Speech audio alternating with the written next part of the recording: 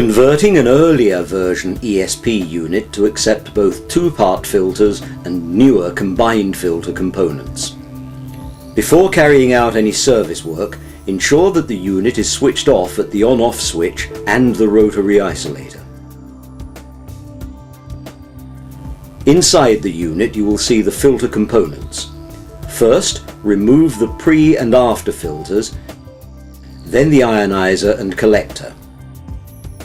You'll see that there is a dividing rail between the ioniser and the collector. Simply remove this rail using a Phillips screwdriver. The rail is replicated on the top underside of the unit.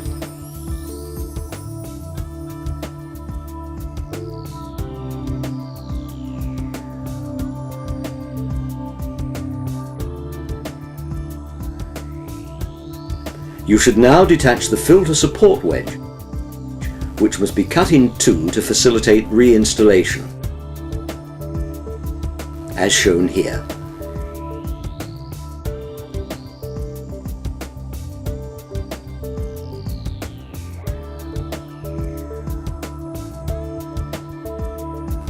Once the wedge has been cut, it should be reinstalled under the pre-filter rail.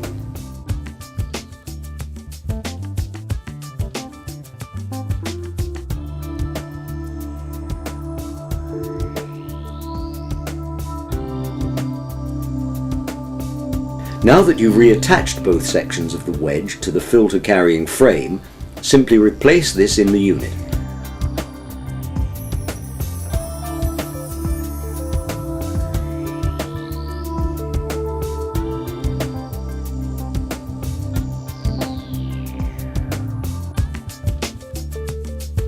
Now the unit can accept either a combined ioniser and collector or a separate ioniser.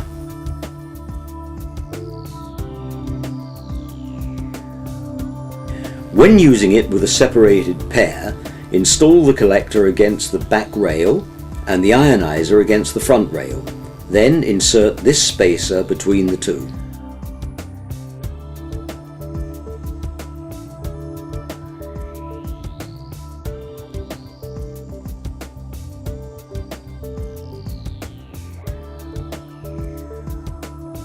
When this is done, close the door and refit the star knobs to hold everything in place.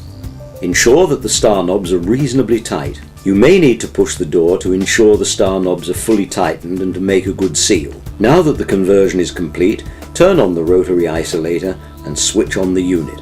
The yellow indicator lamp should light to show that the unit is running, and the red fault light should not be on.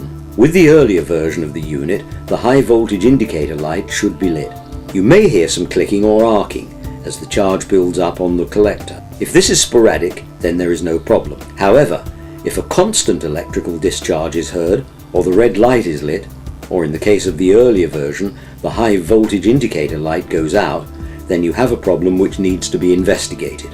If you're a technician, you may do so yourself by following the instructions in the manual. If you're not suitably qualified, then please switch the unit off and call a technician.